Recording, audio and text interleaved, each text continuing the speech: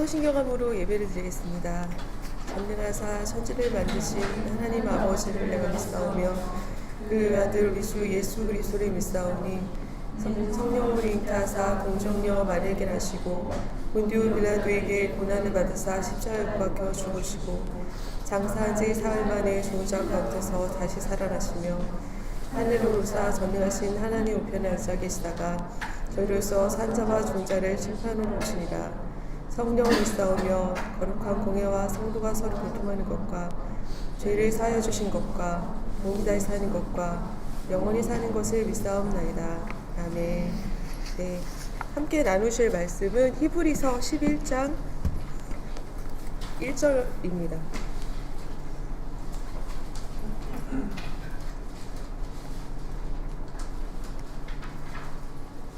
히브리서 11장 1절과 6절 읽어드리겠습니다.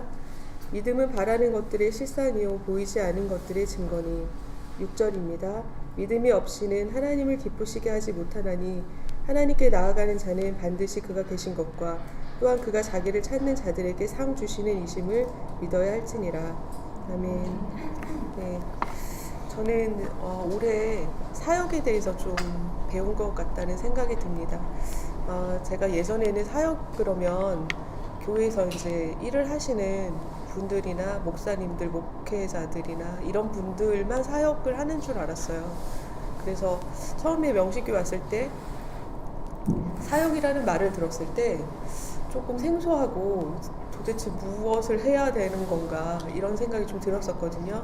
근데 계속 교회에서 배우면서 그리고 올 한 해 제가 여러 가지를 겪으면서 연초에는 동생과 동업하면서 그게 이제 좀 깨지고 그리고 새로운 직장을 또 얻어야 됐고 거기서 또 어려움이 있고 또 가정에서는 자녀들과 좀 갈등도 생겼고 이런 일들 통해서 사역이라는 것을 좀 배우게 된 것 같아요. 제가 느끼기에 사역은 예수님을 사랑하는 것이 아닌가 이런 생각이 좀 들었고요. 왜냐하면 예수님께 붙어 있어야 그것이 흘러나오는 것 같아요. 예수님 것이 제 게 아니라 그래서 어떤 문제 속에서 계속 기도할 때 그 상황이나 사람들 갈등을 위해서 기도할 때 기도하는 그 내용이 보통은 제가 원하는 대로 결론이 나기를 그렇게 기도하면서 예수님 그걸 도와주시기를 그렇게 기도했었는데 사역을 배우면서는 예수님이 뭘 원하시는지를 물어보게 되고 그리고 예수님이 원하시는 방법대로 제가 따라가겠다고 이런 기도로 좀 바뀌었던 것 같고 그랬기 때문에 동생하고 그 동업이 끝났을 때 제가 동생한테 모든 걸 다 양보할 수 있었던 것 같고 그리고 회사에서도 제가 막 그 자존심 상하는 여러 가지 일들을 겪으면서도 제가 그것을 그 사람을 미워하거나 아니면 회사를 그만두거나 이렇게 하지 않고 그걸 감수하면서 그리고 미워하지 않으면서 일을 해보겠다 그렇게 섬겨보겠다 그런 마음으로 좀 돌이켜졌던 것 같아요. 그래서 사역을 배웠던 중요한 한 해였었던 것 같고 예수님을 사랑하고 일상에서 어떻게 예수님과 동행하는가에 대해서 배웠던 한 해가 아니었나 그런 생각을 좀 합니다. 제일 많이 성장했던 한 해 같다는 생각이 들어요. 명신교회에 와서. 그리고 앞으로도 이 올해 배웠던 것들을 바탕으로 조금씩 더 성장해 갔으면 좋겠다 그런 바람들이 있습니다. 오늘 예배를 드리면서 정말 예수님이 없이는 살 수 없는 삶임을 고백하고 예수님이 도와주시는 것이 뭔지 삶에서 경험하기를 그리고 예배를 통해서 예수님을 찬양하고 그리고 예수님을 높여드리면서 예수님과 더 친밀한 관계가 될 수 있도록 그런 예배가 되도록 함께 기도하겠습니다. 하나님 감사합니다. 주님을 정말 많이 사랑하고 주님이 없이는 살 수 없는 그런 인생으로 이끌어 주시옵소서. 그리함으로 하나님과 동행함이 얼마나 기쁜 것인지 알게 하시고 이 기쁨을 또 다른 사람들에게 흘려보낼 수 있는 믿음의 사람으로 성장시켜 주시옵소서. 이 예배를 통해서 주님을 만나기 원하고 말씀하시는 것을 잘 듣기 원하고 그것을 또 삶 속에서 기억하며 살아갈 수 있도록 인도하여 주시옵소서. 하나님 감사합니다. 오늘 예배를 통하여서 주님 영광 받으시기 원하고 우리들의 마음과 우리들 모든 것을 드려서 예배하기 원합니다. 주님을 가장 사랑하고 주님을 가장 존귀하게 여기며 찬양을 올려드리는 예배가 되게 하시고, 말씀을 들을 때 그 말씀이 우리들의 마음밭에서 잘 자라날 수 있도록 은혜를 베풀어 주시옵소서. 오늘 특별히 이대영 대표님 오셨는데 하나님께서 대표님에게 기름 부으셔서 하나님 예배가 주님께 온전히 드려진 예배 될 수 있도록 인도하여 주시옵소서. 감사를 드리며 예수님 이름으로 기도합니다. 아멘.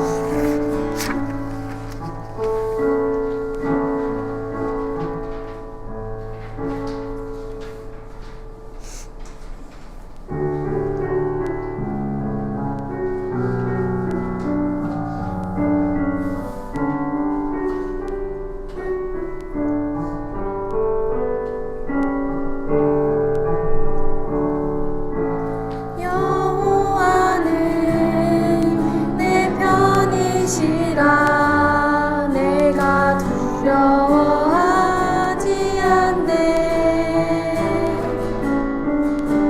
주는 나의 능력이시요 나의 구원이 되셨도다. 주는 나의 하나님이시라. 내가 주께 감사하리이다. 주는 나의 하나님이시라. 내가 주를 높이리이다. 여호와는 내 편이시라. 여호와는 내 편이시라. 날 사망에서 건지셨네. 주는 나의 찬송이시요 나의 구원이 되셨도다. 주는 나의 하나님이시라. 내가 주께 감사하리이다. 주는 나의 하나님이시라. 내가 주를 높이 여호와께 감사하라. 여호와께 감사하라. 그는 선하심이라. 여호와께 감사하라. 그의 인자가 영원함이로다. 여호와께 감사하라. 그는 선하심이라. 여호와께 감사하라. 그의 인자가 영원함이로다. 주는 나의 하나님이시라. 내가 주께 감사하리이다. 주는 나의 하나님이시라. 내가 주를 높이리이다. 주는 나의 하나님이시라. 내가 주께 감사하리이다. 주는 나의 하나님이시라. 내가 주를 높이 주는 나의 하나님이시라. 주는 나의 하나님이시라. 내가 주께 감사하리이다. 주는 나의 하나님이시라. 내가 주를 높이 여호와께 감사하라. 여호와께 감사하라. 그는 선하심이라. 여호와께 감사하라. 그의 인자가 영원함이로다. 주는 나의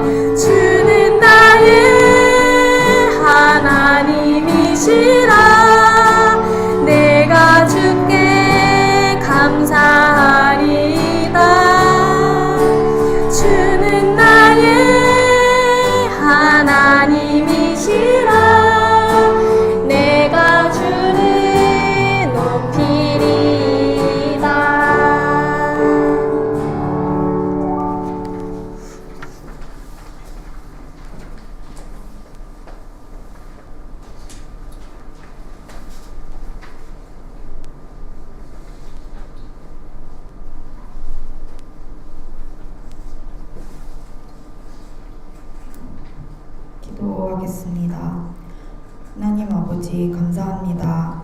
저희를 쓰시려고 태초부터 계획하여 주시고 불러주신 크신 은혜에 감사드립니다. 하나님의 시간에 맞춰 적절하게 훈련시켜 주시고 또 언제나 생각지도 못한 위로를 부어주시며 한 걸음 한 걸음 주님께로 나아오게 하여 주시는 은혜에 감사드립니다. 어떤 일이 있더라도 그것 또한 더 큰 믿음을 위한 훈련일 뿐임을 알게 해주셔서 감사합니다. 우리는 너무 쉽게 주님을 오해하고 추측하고 속임을 당하고 넘어지지만 주님을 떠나지 않고 버림받지 않고 오늘날까지 오게 하셨습니다. 주님께 더 집중하며 주님이 기뻐하시는 가난한 마음을 가지고 순전한 예배로 나아가게 하여 주세요. 또한 오늘 말씀을 전해주시는 선교사님께도 오늘 큰 은혜를 내려주세요. 감사합니다.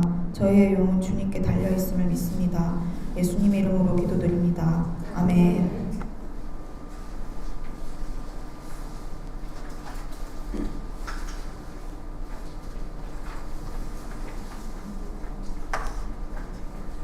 네, 안녕하세요.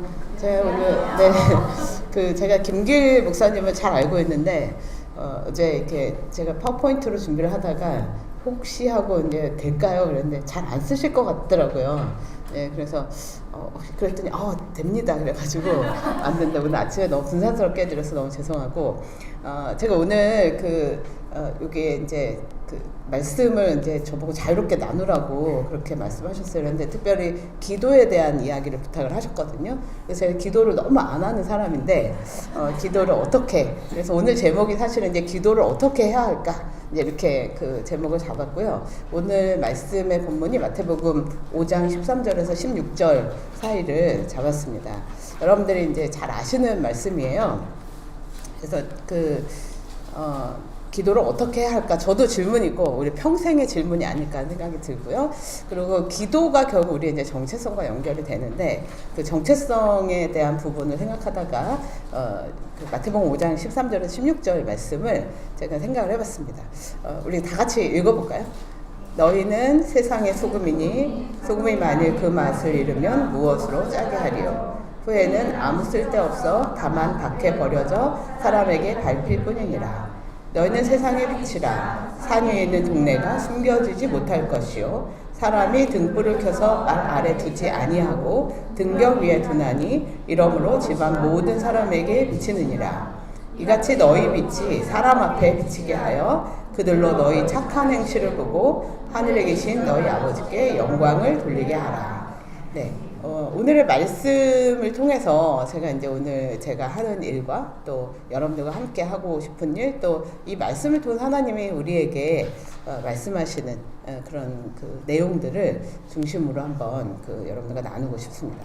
저는 여기 이제 엠브리지 선교회 대표로 소개가 되어 있는데 사실은 제가 91년부터 91년 8월 30일부터 작년 2022년 8월 31일까지 31년 동안 선교한국이라는 곳에서 사역을 했어요. 선교한국은 여기 이제 참석해 보신 분도 계시겠지만 제가 김길 목사님을 만난 게 선교한국에서 만났어요. 제가 이제 섬기면서 2000년에 웨스턴도단에서 선교한국을 이제 주관을 했는데 저희가 선교한국이 한 46개 회원단체가 있거든요. 이제 학생단체도 있고, 파송단체도 있고, 교회도 있는데, 그 중에 이제 예수전도단이 그 해에는 섬기는 시간이었어요. 그래서 그때 준비연장으로 해서 이제 그때 막 만나가지고, 이런 분도 계시네. 이러면서 그때부터 이제 우정을 나누고, 또 각자 흩어져서 일을 하지만, 또 계속 같은 길들을 가고 있는 굉장히 중요한 동역자 중에 한 분이었는데요. 제가 이제 선교한국에서 31년간 사역을 하면서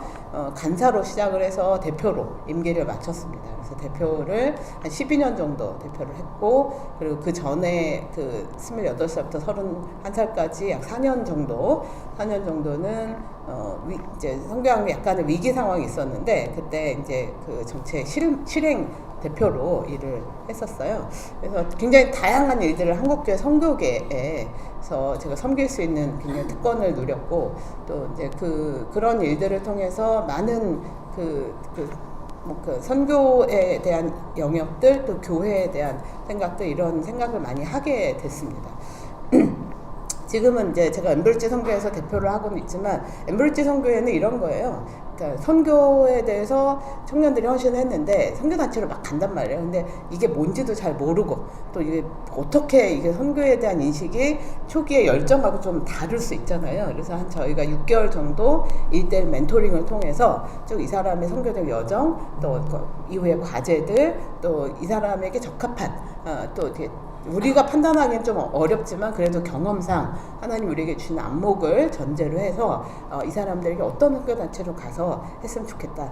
저 선교단체 싫은데요. 그래서 그러지 말고 지금은 혼자 가는 것보다는 선교라는 그 공동체성이 되게 중요하다. 뭐 이런 일들을 쭉 멘토링하면서 한 20케이스 정도 작년부터는 아니고 이게 2018년부터 생겼는데 제가 멘토로 계속 참여를 했었어요. 그러다가 이제 그 일을 위해서 전담 멘토로고 제가 오면서 좀 이걸 확장해서 선교사님들을 좀 컨설팅하는 일들을 하고 있습니다. 선교 현장 가보면은 이제 막 힘든 분도 있고 또 잘 나가는 분도 있고 막 이런데 힘든 분들이 왜 힘든가? 네, 그래서 그분들의 정체성의 문제, 또 멘탈의 문제 이런 일들을 이 객관적으로 저희가 이제 좀 장기적으로 컨설팅을 하면서 이분이 뭐 극단적으로는 선교 사역을 좀 내려놓고 다른 일을 하는 게 좋겠다. 그래서 이제 그 파송교회나 이런 쪽에 이분의 은사가 이제 여기서는 사역을 다 마쳤습니다. 그래서 새로운 일들을 갈 때 한 2년 정도 소프트 랜딩을 위해서 좀 도와주세요. 뭐 이런 일들 개런티하기도 하고 어떤 분이 어떤 프로젝트를 하는데 사실 선교사들이 전문가는 아니잖아요. 그래서 이제 그런 일들을 할 때 막 너무 좋아 보여. 그래서 교회 와가지고 이거 도와주세요. 교회가 어떤 막 클릭이 딱 되면은 그럴까 막 그래서 뭐 몇천만 원 투자를 했는데 나중에 망했어요. 이게 하나님의 뜻이 아니었나 봐요. 그래서 저런 양심 없는 것들. 제가 이제 막 여러 군데 이제 다니면서 그러면 안 되잖아요. 귀한 헌금인데. 그래서 그런 일들을 보면서 정확하게 우리가 컨설팅을 해주고 이게 사역적으로 의미가 있는가. 또 이제 뭐 제가 하는 게 아니라 제가 여러분들을 좀 그 구성을 해서 이 일들을 돕는 이제 그런 게 이제 저희가 엠브리지에서 이제 하려고 하는 일이에요. 그 멘토링은 몇 케이스 했는데 선교사님들 지금 한 케이스만 저희 컨설팅을 준비를 하고 있고요.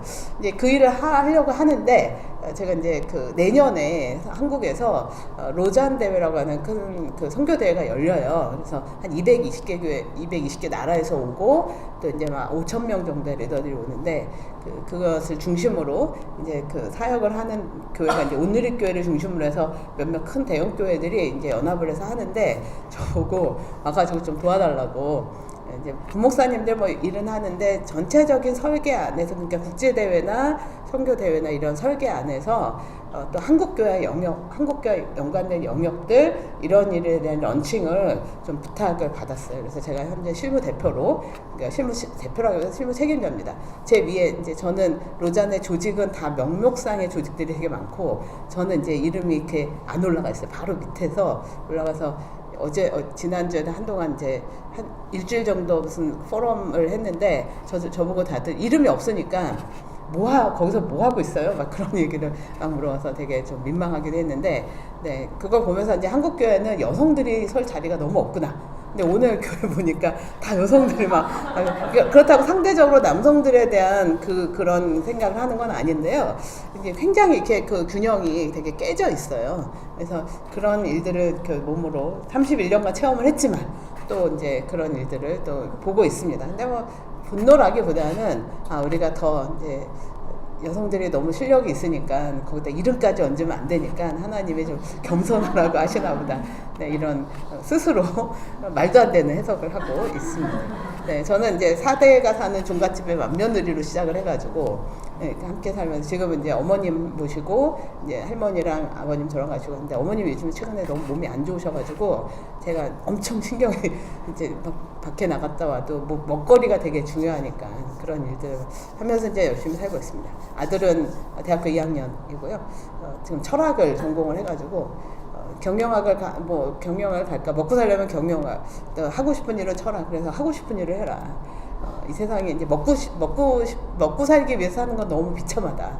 제가 이제 그러면서 했는데 이 친구가 이제 계속 밥 먹으면서 한 최소 30분에서 최대한 1시간 동안 서로 토론하느라고 그래서 뭔가 이렇게 왜 그렇잖아요. 주니어들이 뭔가 이제 막 고민도 많이 하고 그러면서 이렇게 철학이라는 게 되게 상대주의적 그런 개념이고 이제 보편주의보다는 이런 걸 하니까 지금 막 나름대로 여기까지 올라가지고 막 저랑 디베이트를 많이 합니다. 근데 그래서 제가 이렇게 밀리는 듯한 느낌이 들어가지고 공부를 좀 해야 되겠다 이런 생각을 하면서 얘가 지금 무슨 책을 사고 있나, 책이 집에 너무 많이 와가지고 제가 얘는 이제 책이 이렇게 뭐 이 전자책 이런 걸 싫어해요. 손에 만지는 책을 좋아해서 책을 많이 사서 어떤 책을 읽나 이제 보면서 거기에 대한 사전 지식을 해야지 얘가 제가 같이 토론할 때 안 밀리잖아요.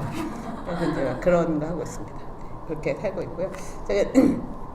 제가 이제 이런 그 배경들을 말씀드리면서 그러니까 오늘 그 정체성에 대한 부분을 함께 여러분들과 나누려고 하는 거예요. 항상 이제 질문이 그거죠. 내가 누구이며 나는 왜 여기 존재하고 있을까? 이제 이게 존재론적인 인식에 이제 되게 중요한 질문이라고 봅니다. 그래서 오늘 이렇게 마태복음 5장에서 제가 함께 나누려고 했던 건 저도 매번 그 질문을 하고 살거든요. 내가 누구이며 내가 왜 존재하는가? 내가 이 선교에 있어서 오랫동안 이 일들을 했다라는 것이 어떤 의미가 있고 내 이제 삶의 목적과 관계가 있네요. 거기 목적은 결국 내가 누구인가와 연결이 되거든요. 오늘 말씀에 근거하면은 소금과 빛이라는 그 두 가지의 사명으로서 나오는데 이게 저희가 잘 읽어보면 이렇게 되는 거죠. 너는 세상의 빛이 되라. 너는 세상의 소금이 되라. 이건 되게 잘못된 워딩입니다. 잘못된 워딩이고 그냥 너는 세상의 소금이고 너는 세상의 빛이다. 이렇게 굉장히 정체성이 분명해요. 우리는 그걸 향해서 가는 게 아니라 사실은 그 존재라는 거죠. 그 존재 안에서 내가 역할을 제대로 하고 있는가 못하고 있는가 문제는 차치하고 그 존재론적인 의미를 우리가 잘못 해석을 하면은 내가 그걸 향해서 가고 있다고 생각을 할 수가 있어요. 근데 분명히 주님께서는 너는 세상의 소금이고 소금은 뭐를 하려면은 부패를 방지하는 거야.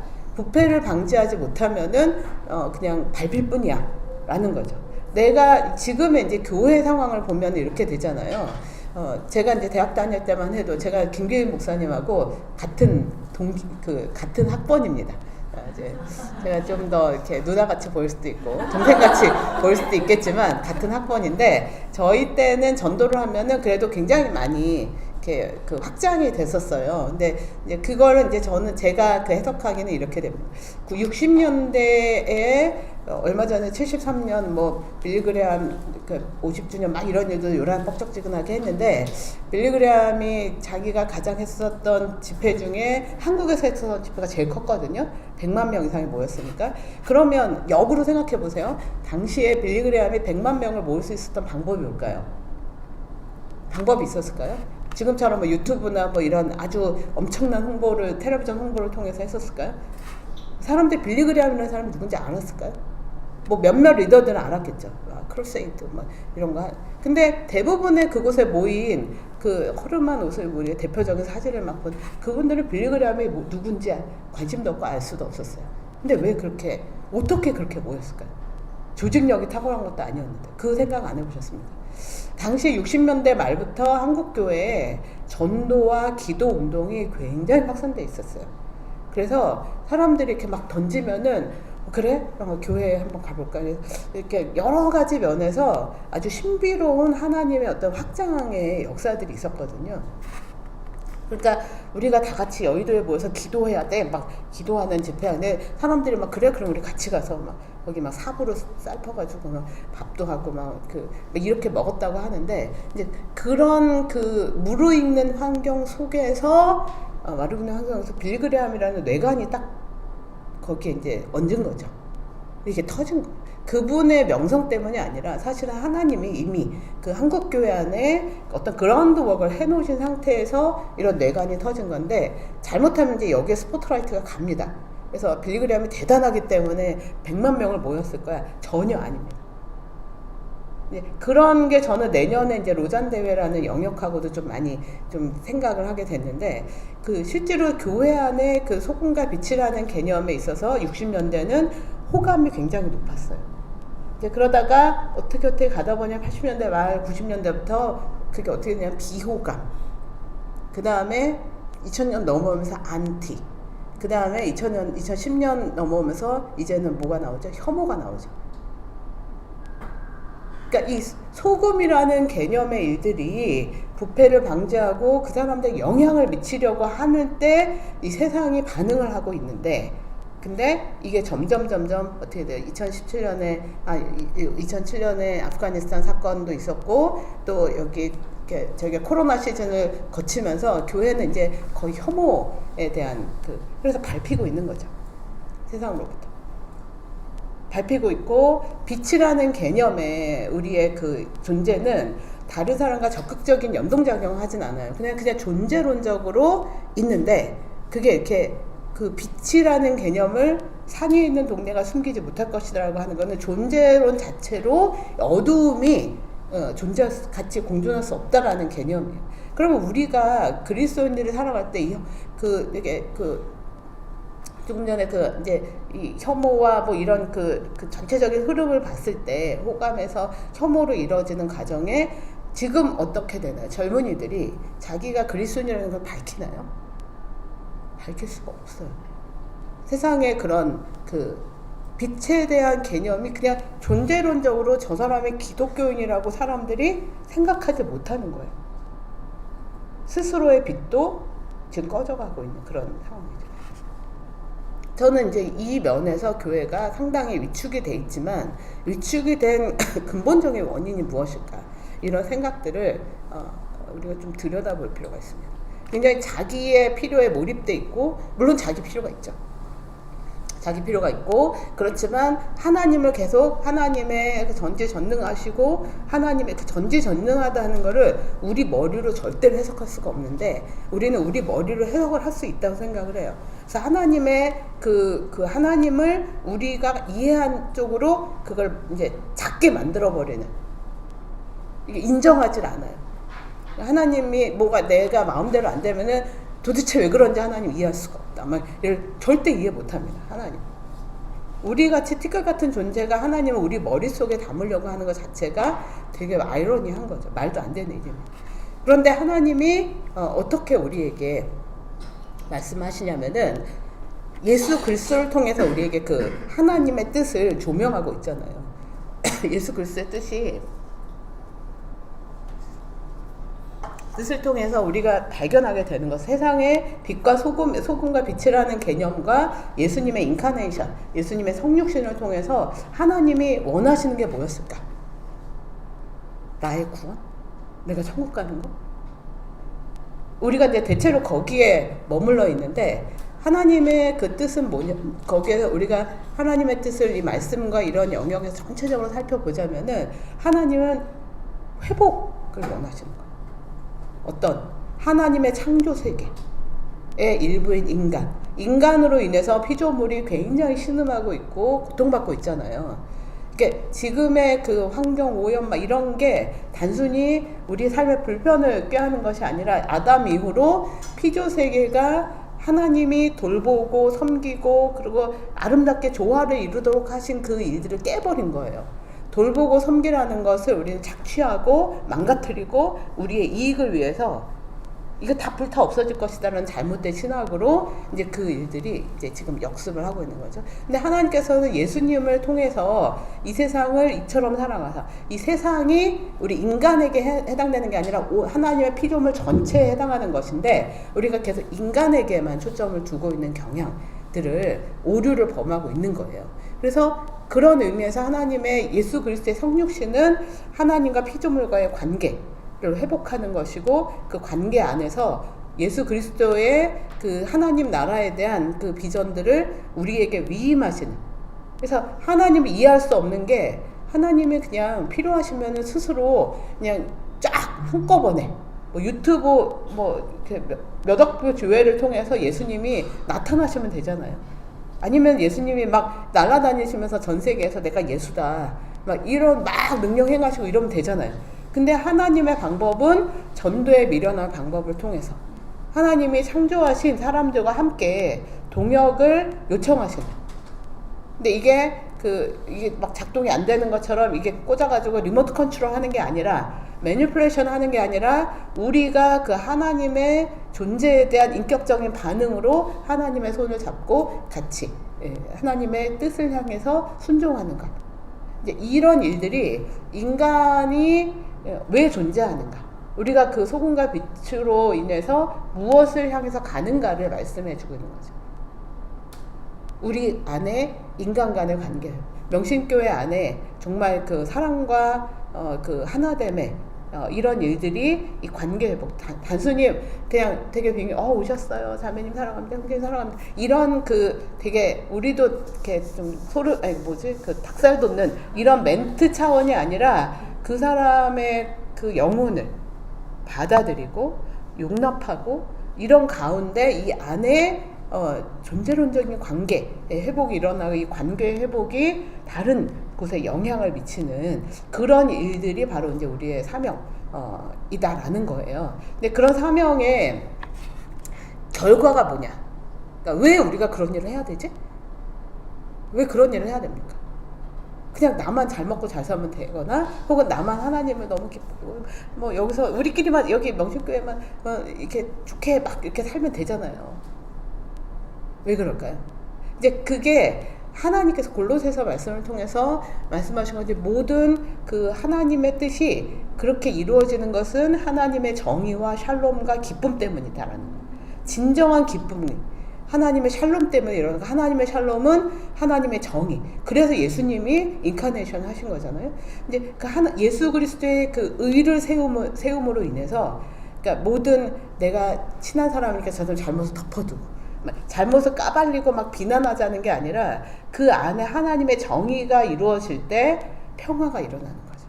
지금 온 세상이 엉망진창이잖아요.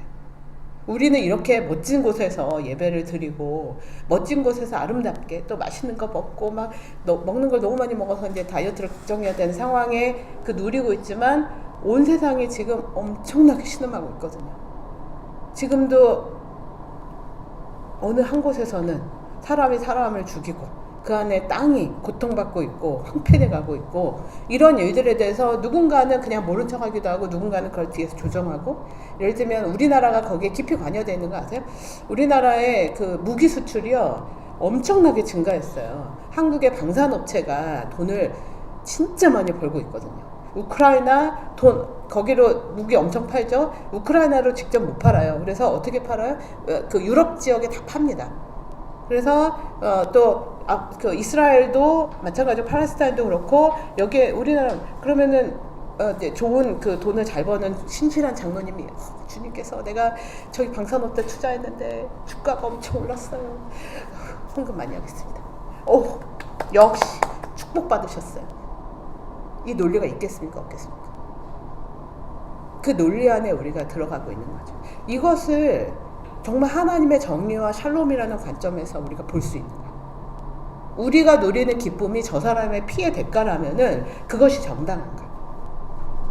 저는 그런 면에서 여러분들과 제가 이 변하는 세상에 대해서 어떻게 이해하고 우리가 어떻게 기도할 것인가, 그 책임이 있다고 생각합니다.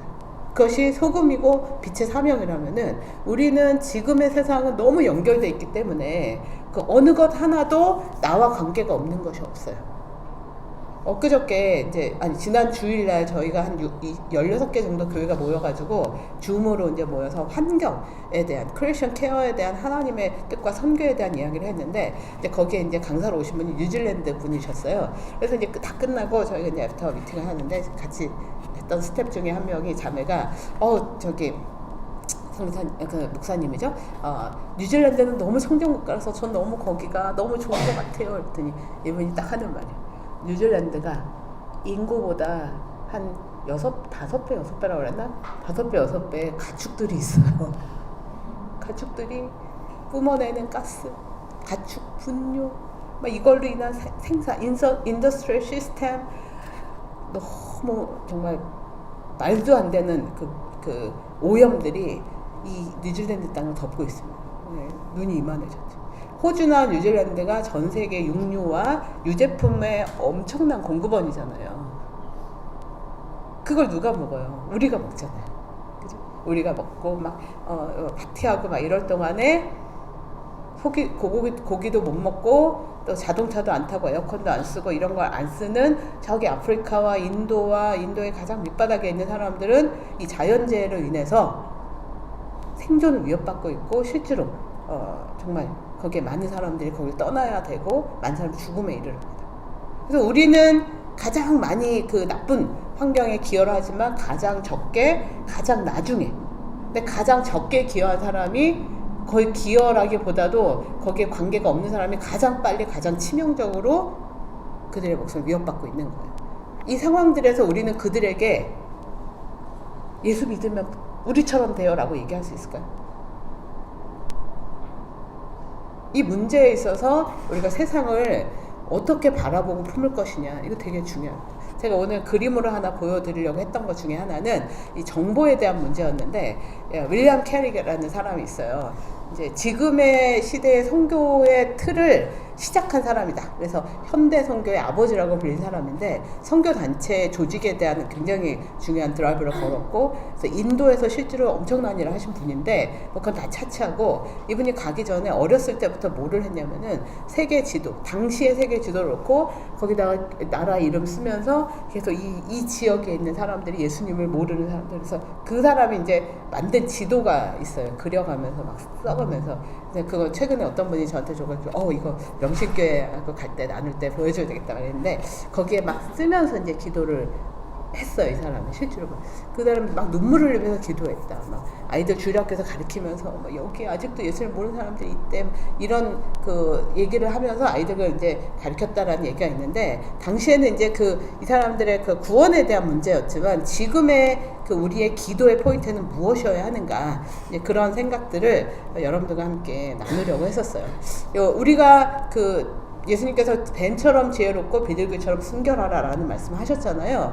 그런 말씀을 유추해 볼 때 순결에 대한 그 이슈들, 필리티에 대한 얘기, 그 이슈들, 순전함에 대한 이슈가 있지만 그 전에 지혜로운 분별력, 내 문제에 빠져서 주변에 있는 일들을 보지 못하는 것은 소금의 역할을 못하는 거죠.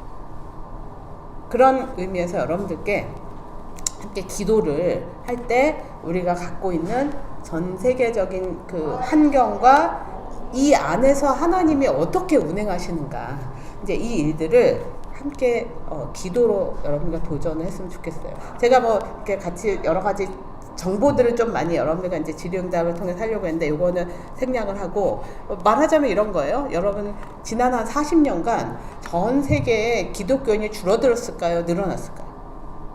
어떻게 보세요? 늘어났어요? 줄어들었을까요? 네, 제가 뭔지 모르겠죠. 눈치를 못 채시겠죠.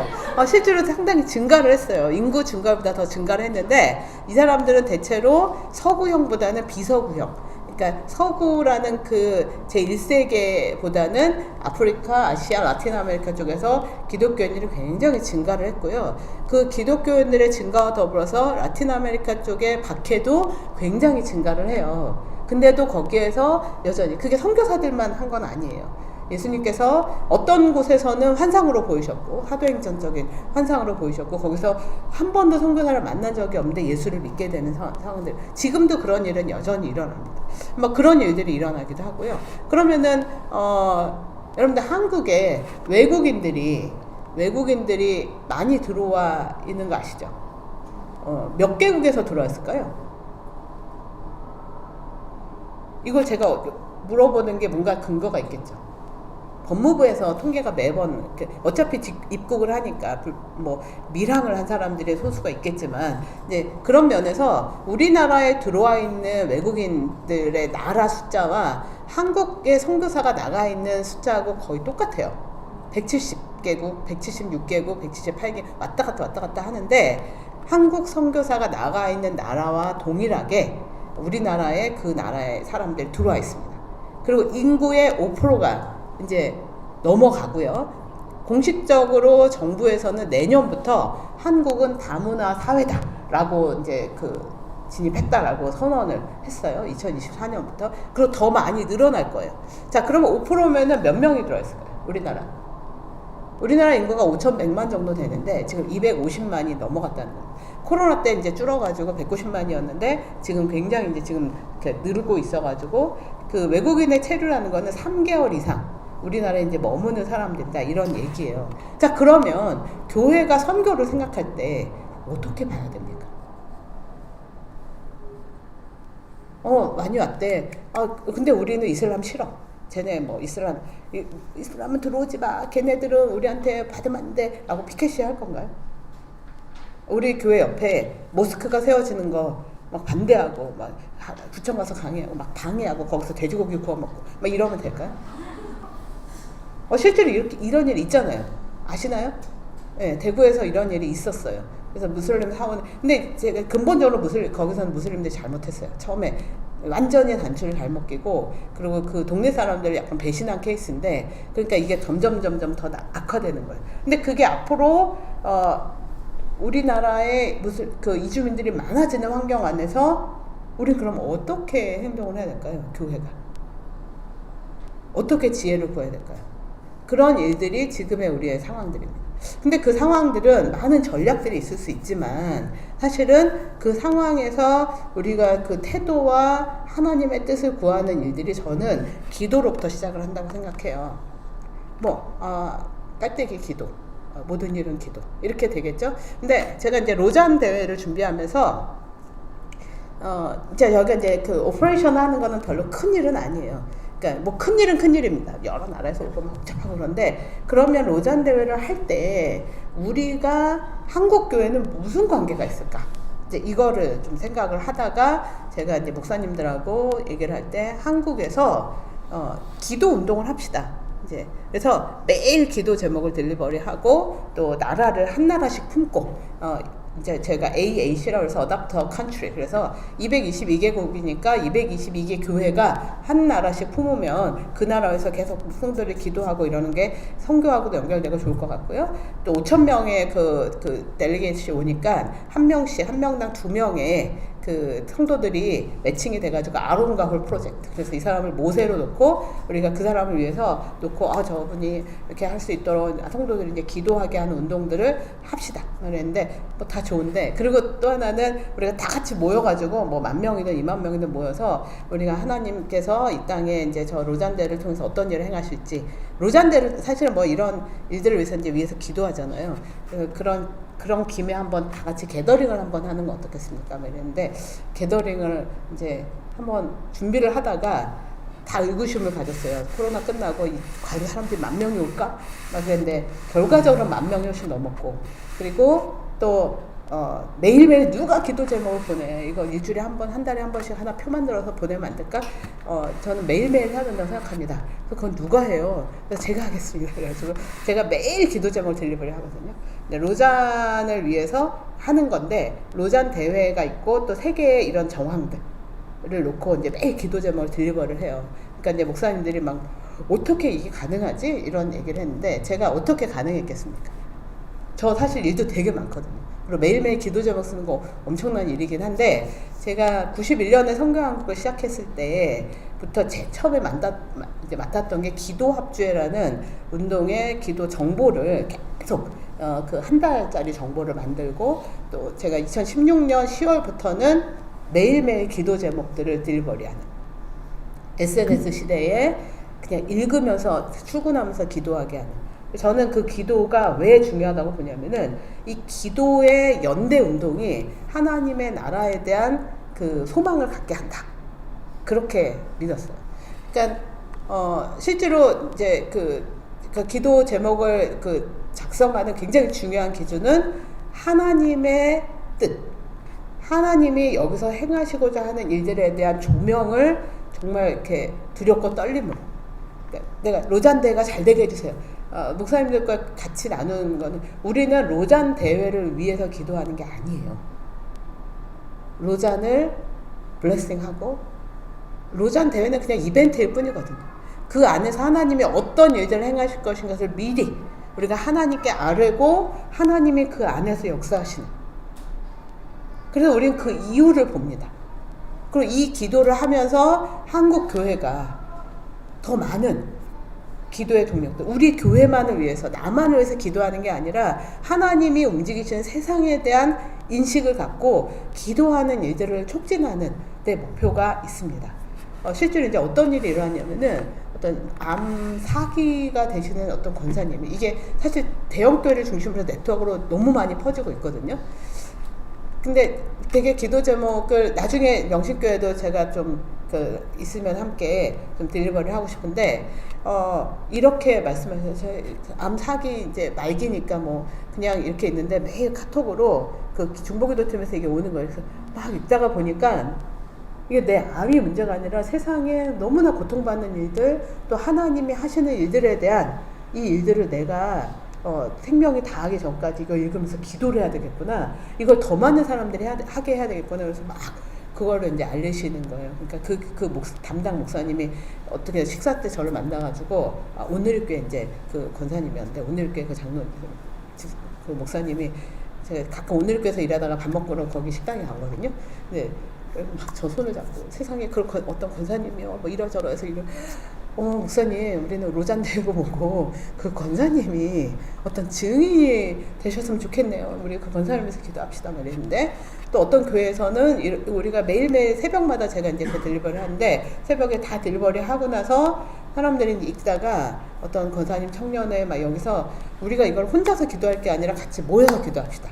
함께 두세 사람이 모여서 기도하고 막 이런 일들을 이제 합시다. 그래서 막 모임이 만들어지고 있대요. 그리고 어떤 날에는 그 기도 제목이 뭐였냐면은 한국 사회를 위한 기도였는데 제가 이제 그 주사를 하다가 한국의 우울증 환자들이 굉장히 늘어나요. 이건 건강평가원에서 나온 자료예요. 그걸 이제 수가가 나가니까. 근데 우울증 환자들의 급증은 30대, 20대 여성들이에요. 그리고 그 중에서 제일 그 세대별로 제일 많은 게 20대 여성들이에요. 20대 여성들 우울증 환자가 너무 많고 우리나라 20대 여성들의 자살률이 되게 높은 거 아시죠? 거의 그 1, 2순위 왔다 갔다 합니다. 이 일들에 대해서 기도하면서 교회가 그냥 이제 여성 문제는 엊그저께 제가 토론하다가 사회의 온갖 문제, 뭐 출산율, 또 사회의 이런 척박함, 가정의 파괴, 이거는 결국 여성에 대한 사회의 인식이 어떻게 변하느냐에 따라서 달라질 겁니다. 제가 여성이어서가 아니라 그 동서고금을 막론하고 여성들의 변화와 여성들의 기쁨의 수치가 올라갔을 때 사회가 건강해집니다.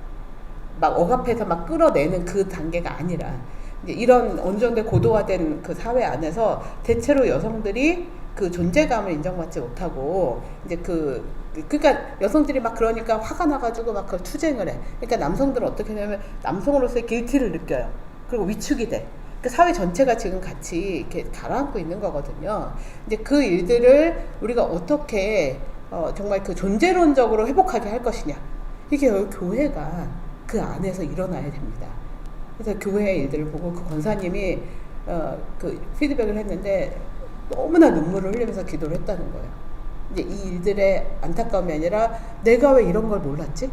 내가 이런 데 왜 관심이 없었지? 우리 젊은 여성들에 대한 그 관심에 내가 여성임에도 불구하고 너무나 내가 이 일들에 대해서 몰랐다는 게 너무나 슬프고 또 너무 이렇게 회개하게 되고 그래서 더 많이 이런 일들을 놓고 기도하고 내 문제를 위해서 먼저 기도하지 않겠습니다. 이런 얘기들을 이제 하시더라고요. 그래서 동시에 막 다양한 곳에서 제가 그런 피드백을 듣기도 했는데 실제로 많은 일들이 우리가 어떤 기도를 하는가에 따라서 하나님이 하신 일들이 이렇게 피드백이 돼요. 제가 2019년에 이제 그 성교한거 했을 때 매일 기도 제목을 보내면 335 방방곡곡 매일매일 이제 그 기도할 때 남수단의 평화를 남수단이 막 엄청 복잡하고 지금 수단하고 남수단은 다른 나라거든요.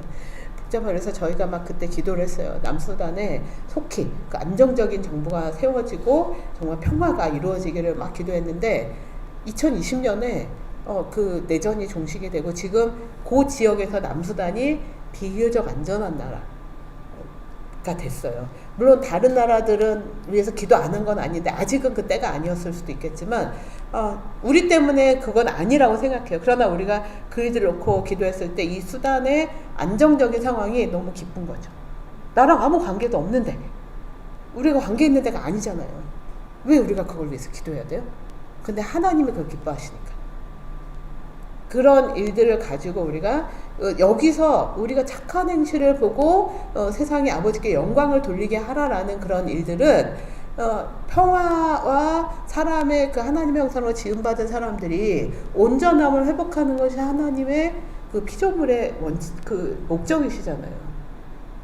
우리가 환경을 위해서 열심히 정말 이렇게 이걸 돌보는 거는 우리가 그 잘 먹고 잘 살려고 하는 게 아니라 그게 하나님의 뜻이기 때문이에요. 거기서 하나님의 영광이 드러나는 거죠. 그런 의미에서 여러분들과 제가 하나님의 영광을 사모하는 사람들이라면은 하나님의 영광은 나에게 또 우리의 작은 그룹만이 아니라 더 정말 넓은 영역에 우리가 담을 수는 없지만 최소한 우리가 담을 수 있는 모든 영역까지는 하나님의 그 마음으로 내가 그걸 보고 싶다. 이제 그런 그 마음들을 함께 제가 가지고 이제 이 일들을 하고 있어요. 그래서 제가 이제 엠브리지에서는 사실은 여기 하기 전부터 제가 엠브리지 시작하면서 어터썸 플레이어, 한 명, 두 명, 썸, 여러 명의 기도자들. 그래서 혼자 기도해도 되고 같이 모여서 2명 기도해도 3명. 그래서 그거를 이제 그 전 세계를 위해서 매일매일 기도하는 오퍼레이션 월드라고 있거든요. 그거를 그 나라가 있어요. 전 세계 나라를 위해서 계속 기도하는 건데 인도 같은 나라 너무 크니까 한 16일 기도하고 막 그런 어떤 나라는 2 나라 묶어서 기도하고 막 그래서 그냥 한 나라씩 하지. 근데 그 영국에서 나온 웩 선교회가 이제 만들어서 지금은 단독으로 하고는 있는데 이제 그 매일 그 나라에서 기도하는 거예요. 전 세계 나라를.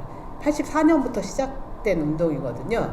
뭐 예를 들면 무슬림이란 기도 뭐 이런 것도 있지만 이제 그 일들을 계속 저희가 딜리버를 하고 있어요. 앞에는 박해받는 교회 한국사회 또 한반도의 평화. 여러분 한반도 평화가 진짜 중요해요. 이게 전 세계의 어떤 모델이 돼야 되거든요. 저는 계속 그걸 위해서 기도하고 있는데 이 갈등을 해결해 간 그 나라로 하나님 한반도 사용해 주시고 한반도를 열방을 위한 하나님의 도구로 사용해 주세요. 그러면서 그러려면 한반도가 안정적으로 평화를 이뤄야 되고 안정적으로 이 북한과의 공존 또 북한을 정말 사랑하는 북한 사람들 너무 김정은 씨가 독재자이긴 한데 김정은 씨는 한국을 되게 두려워하잖아요. 한국하고 이 북한은요 그 군사력 격차 말도 안 되고 경제력 말도 안 되고 그래서 여기서 전쟁이 정말 일어나면 안 되겠다고 생각한 사람이 제1번이 김정은일 겁니다. 자기의 그게 다 망가지니까. 그래서 그런 걸 좀 더 우리가 좀 더 품고 우리가 좀 기도해야 되지 않을까 하는 생각이 들고 하나의 정보는 이런 거예요. 북한에서 미사일 쏘면 난리가 나잖아요. 미사일을 북한에서 하나 쏜 거는 그 전에 우리나라가 그 지역에 20발 이상의 미사일 훈련을 했다는 거예요. 그래서 걔네가 화가 나가지고 한 발씩 대응을 하는 거거든요. 근데 우리가 한 거는 딱 감춰버리고 거기 제가 북한을 대변하자는 게 아니라 상호작용 안에 감춰진 것을 볼 수 있어야 하고 그래서 우리나라가 잘못했어 이게 아니라 그 안에서 왜곡되는 것들 또 그러나 그 안에서 정말 이게 그 미사일이 하나라도 팡 같이 만나면은 진짜 그때 전쟁이거든요. 그런 일이 일어나지 않도록 전쟁은 가장 잘 아는 사람들끼리 서로 안 싸우고 전혀 모르는 사람들이 서로 싸우게 하고 죽이게 하는 거예요. 이게 프랑스의 사회학자 폴 바레리가 한 얘기인데 그렇잖아요. 지금 하마스 지도부는요 두바이 호텔에서 그거 조정하고 있어요. 이스라엘의 그 네타냐후 그 사람은 부정부패로 인해서 쫓겨났던 사람이에요. 가족도 어마어마하게 부정부패를 했는데 쫓겨났는데 2년 만에 다시 이렇게 하면서 이스라엘 사람들이 막 시위하고 반대하니까 이쪽 전쟁으로 지금 이걸 돌리는 거잖아요. 그 악의 고리가 굉장히 복잡하게 연결돼 있어요. 누가 옳다 누가 그르다 이걸 얘기할 수 있는 상황이 아니라는 거죠. 그 안에서 사람들이 죽어가고 있는 거고 땅이 황폐화돼 가고 있는 거고 땅이 황폐화되니까 그 전쟁이 일어난 지역은 필수적으로 기근이 따라옵니다. 전쟁으로 인한 화기가 올라가잖아요. 이게 연속되는 작용이에요. 이런 전체적인 그림을 놓고 계속 우리가 정말 그걸 끊어내도록 하나님의 정말 그 정의가 그곳에 임재하기를 소망하는 거죠. 그걸 결정하시는 건 하나님이시지만 우리는 그 하나님의 그 일들을 위해서 하나님의 마음으로 우리와 아무 관계가 없고 나는 사실은 상관없는 것 같은데 그래도 그것을 내가 하나님의 마음으로 품는 일들. 저는 이것이 이제 소금과 빛의 사명으로서의 지금 우리가 세상을 보는 최소한의 한 발자국의 일이고 가장 강력한 하나님의 역사를 수중보는 일이다라는 생각이 듭니다. 그래서 여러분들께서 이 일들의 그 기준이 그 조나단 에드워즈라는 사람이 얘기한 신적 패턴, 디바인 패턴이라는 그 구도가 있어요. 하나님의 선교 역사가 어떻게 쭉 이뤄왔냐면은 맨 앞에 선교사들이 있어서 그 변혁을 이루는 것 같지만 그 뒤에는 뭐가 있냐면 교회의 리바이벌, 교회가 회개와 각성을 통해서 하나님 앞에 감히 나아가지도 못하는 그런 일들을 경험한 교회들이 선교 사역의 영역을, 하나님의 마음을 세상을 품게 되고, 근데 그 교회 리바이벌 뒤에는 뭐가 있냐면은 작은 기도 모임들이 있었다는 거예요. 작년에, 올해인가요? 작년인가요? 작년에 막 에즈베리에서 뭐가 일어났어요. 막 이런 일. 에즈베리나 휘튼이나 그런 데는 정기적으로 그런 일이 일어나요. 근데 차자 속의 태풍이에요. 거기는 에즈베리나 휘트는 그 안에서 학생들이 그렇게 하는 그 일들을 우리가 박수받을 만한데, 사실은 그 일들이 일어나기 전에 캠퍼스 곳곳마다 나무 아래서 기도하는 한두 사람이 모이면 같이 기도하고, 하나님께서 이 에즈베리를 정말 이렇게 하나님의 그 학교로 세우시는 이런 기도가 있어요. 그러면 그 1차, 2차 대각성, 세계를 강타했던 그 1차, 2차 대각성 운동의 흐름은 어디서부터 비롯됐는가?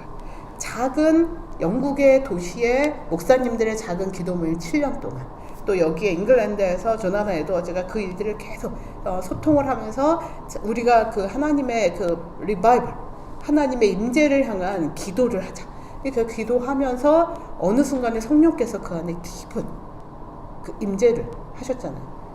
하나님의 임재가 1907년에 한국에서도 있었고 1차, 2차 대각성도 많이 있었는데, 1차, 2차 대각성도 일어났던 영국과 미국의 경우는 되게 재밌어요. 여기는 이 교회들이 1차 때는 그게 너무 강력하니까, 성령의 힘이 너무 강력하니까 이 사람들이 교회에 있다가 집에만 가요. 그리고 절대 주변 사람 얘기 안 해. 죄 지을까봐. 자기가 혹시라도 실수할까봐. 근데 2차 대각성 운동을 통해서는 막 사회적인 부흥이 막 일어나거든요. 근데 1차 때 일어났던 사회 현상 안에서는 어떤 일이 있냐면, 기독교인들에서 여전히 술 취한 인간들 같은, 그 교회는 막 그 성령의 뜨거운 불로 어쩔 줄 모르고 있었는데, 사회에서는 야, 누가 지금 요즘에 교회를 다니냐 막 이러면서 교회 다니는 사람을 되게 찌질하게 여겼다. 그 사회적 분위기가 있었어요. 근데 평양 대붕은 어땠습니까? 거기서 일어나서 막 사람들이 회개하고 막 이러고 있는데, 깡패들이 와가지고 이게 뭐지? 나가서 전도한 게 아니라 그들이 여기에 흡입력이, 원심력이 아니라 구심력으로 끌어당긴 거예요. 그 다음에 원심력으로 나갔죠. 권서인들 나가고 막 선교사로 나가야 된다고 막 이런, 되게 우리나라는 되게 특이한 나라입니다. 그래서 저는 로잔 운동을 통해서 기도 운동이 확산되고 있는 게 정말 심상치 않다고 생각합니다. 저희가 14개 지역으로 나눠가지고 기도 운동을 지역별로 이제 목사님들 모여서 하는데, 목사님들이 너무 좋아해요. 교단과 교파를 넘어서 우리가 기도? 그럼 우리가 금요일날 밤에 모여서 같이 기도할게요. 어떻게 기도하면 되나요? 그래서 로잔을 위해서 기도하지 마시고, 그러니까 로잔 대회가 하나님의 것이 되도록 기도합시다. 그리고 우리가 한국교회가 그걸 섬기는 데 있어서 정말 하나님의 마음으로 이 열방을 축복하면서, 열방이 오고 있잖아요. 이제 우리가 그 다음에 나가도록 하는 제2의 하나님의 선교 역사가 일어나게 하는 그 일들을 이렇게 우리가 꿈꾸면서 기도합시다. 제가 그 기도를 이제 도전하면서 이랬습니다. 88년에 한국에 열방이 왔잖아요. 올림픽을 통해서. 88년에 여행 자유화가 되면서 선교사들이 90년대 어마어마하게 나갔거든요. 이제 하나님이 선교사들이 그렇게 열어놨는데도 안 나가니까, 헌신 안 하니까 열방을 우리한테 보내신다. 열방으로서 품고 기도할 때, 기도하면 헌신하잖아요. 그러면서 저희가 제2의 하나님의 반전이 있기를, 제가 또 대회 잘 되는 거는 어차피 열심히 하면 돼요. 그리고 가끔 뭐 실수했다 그러면 넘어가면 돼요. 뭐 그게 뭐 큰일이라고. 가끔 뭐가 이렇게 여기 뭐가 안 될 수도 있고 뭐가 삐걱될 수도 있겠죠. 그게 우리의 본질과 상관없어요. 근데 그런 일이 없도록 우리 열심히 하긴 할 거지만, 그거보다도 더 높은 하나님의 이 땅을 향한, 그래서 이 한반도의 이 희년의 가치를, 이 로잔이 50년이거든요. 그래서 우리가 정말 희년의 가치로 저 북녘 땅에도 정말 그런 일들이, 기적이 일어나도록 이 일들을 위해서 우리가 계속 기도합시다. 막 이래서 제가 그 일들은 그냥 막 하고 있는데, 그걸 막 페이스북에 제가 막 얘기했더니 김길 목사님이 그런 일 좀 와서 한번 나눠주세요. 그래가지고 제가 그 부족함에도 불구하고 여러분들과 이런 일들이 일어나고 있고, 여러분들도 그 중에 하나의 우리의 그 지체로서 일들을 함께 섬겼으면 좋겠습니다. 그래서 우리가 정말 부패하지 않도록 세상 한위에 있는 동네가 숨겨지지 않도록 하는 그 소금과 빛의 사명으로 우리가 살아가는 세대를 정말 주님의 마음에 합당하게 우리의 역사를 잘 수정되는 일들이 일어났으면 좋겠습니다. 그래서 제가 오늘 준비한 말씀을 이렇게 나누도록 하겠습니다. 제가 잠깐 기도할까요? 하나님 아버지, 하나님의 살아계심과 또 우리에게 오늘도 호흡할 수 있는 그런 생명을 허락하신 이 신비를 우리가 이 시간에 함께 모여서 나누고 또 우리가 그 신비 안에서 우리가 보내신 받은 이 땅에서 감당해야 될 일들을 작게나마 함께 나눴습니다. 주님, 우리에게 하나님의 마음을 부어주시고 정말 그 광대하신 하나님, 우리가 담을 수 없는, 우리가 감히 우리의 입으로 아버지라고 부를 수 없는 그 하나님의 그 광대하심 앞에 우리를 가장 깊이 사랑하시고 우리에게 정말 우리와 옆에 앉아주시고 우리가 정말 그 하나님의 자녀라고 우리를 안아주시는 그런 하나님의 그 놀라운 그 섬세하신 그 사랑의 그 흐름들을 우리가 같이 보게 됩니다. 주님 감사드립니다. 우리가 그 하나님과 더불어 행하고 또 하나님의 그 길들을 우리가 다 따라갈 수 있도록 우리에게 손을 내미신 그 주님의 손을 감격 가운데 붙잡을 수 있도록 도와주시고 우리의 기도로 말미암아서 우리와 같이 복을 누리는 이들이 이 세상에서 한 명도 정말 제외되지 않도록 우리가 맡은 사명들을 깨워주시기를 간절히 기도합니다. 이 명신교회 안에 하나님을 사랑하는 마음이 더 깊어지고 그것 때문에 우리가 지체들을 더 정말 깊은 사랑으로, 그래서 이 말세의 가장 끔찍한 징조가 사랑이 식어진다고 하는 그 현상들에 대해서 우리가 반격할 수 있도록 도와주시고 그 소식이 이 땅에 이 주변에 널리 알려져서 하나님 정말 그 너희가 섬기는 하나님이 누구냐, 내가 그 하나님을 같이 섬기기를 원한다 하는 그 구심력이 이 명신교회를 통해서 일어날 수 있도록 도와주시옵소서. 김길 목사님과 모든 성도들 지체들 가운데 하나님의 마음으로 충만한 그 견딜 수 없는 기쁨이 정말 하나님 가득할 수 있도록 인도하여 주시옵소서. 예수님의 이름으로 기도드립니다. 아멘.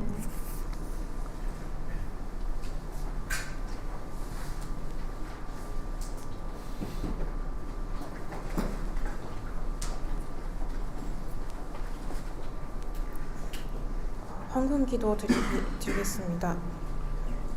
주님, 모이게 하여 주시고 발걸음을 인도해 주셔서 감사합니다.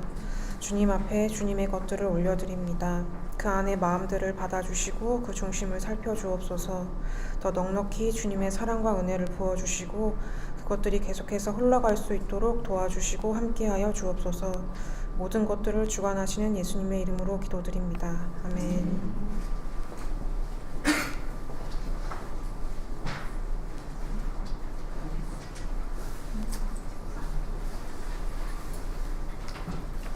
네, 교회 소식 말씀드리겠습니다. 예배 시간 안내입니다. 주일 예배는 오전 11시에 드립니다. 장소는 서울시 금천구 벚꽃로 32단지 상가 206호입니다. 네, 오늘 예배 설교는 엠브리지 선교회 이댕희 대표님이 하셨습니다. 그리고 주일 모임 안내입니다. 예배 후 풀뿌리 선교 북쉐어링이 있고요. 식사와 청소가 있습니다. 다음 주는 추수감사 주일인데요. 식사는 캠퍼스별로 준비해서 뷔페식으로 할 예정입니다. 음식을 직접 해오셔도 되고 사오셔도 되고 아니면 물건을 가져오셔도 되고 그리고 크거나 작거나 아무 상관이 없습니다. 그리고 또 5분 스피치 시간이 있을 예정인데 각 캠퍼스별로 한 해 동안 받으실 은혜를 나눠주실 분들이 있었으면 좋겠고 그런 순서가 있을 예정입니다. 그리고 식사는 저에게 말씀해 주시면 제가 이제 취합해서 중복을 최대한 피할 수 있도록 그렇게 하려고 합니다. 네, 묵상 모임 안내입니다. 도시 묵상 모임을 진행하고 있습니다. 장소는 온수, 용산, 양재, 서현, 상암 등이 있습니다. 캠퍼스별 묵상 모임은 캠퍼스 단톡방에서 안내가 되고 있습니다. 교회 줌으로 하고 있고요. 초 예배는 매주 수요일 저녁 8시에 교회 줌으로 진행되고 있습니다. 네, 오늘은 주기도문으로 예배를 마치겠습니다. 주기도문 하시겠습니다. 하늘에 계신 우리 아버지, 이름이 거룩히 여김 받으시오며 나라의 임합시오며 뜻이 하늘에서 이루어진 것 같이 땅에서도 이루어지이다. 오늘 우리에게 일용 양식을 주옵시옵고 우리가 우리에게 죄진 자를 사하여 준 것 같이 우리의 죄를 사하여 주시옵고 우리를 시험에 들게 하지 마시옵고 다만 악에서 구하시옵소서. 나라와 권세와 영광이 아버지께 영원히 싸움나이다. 아멘.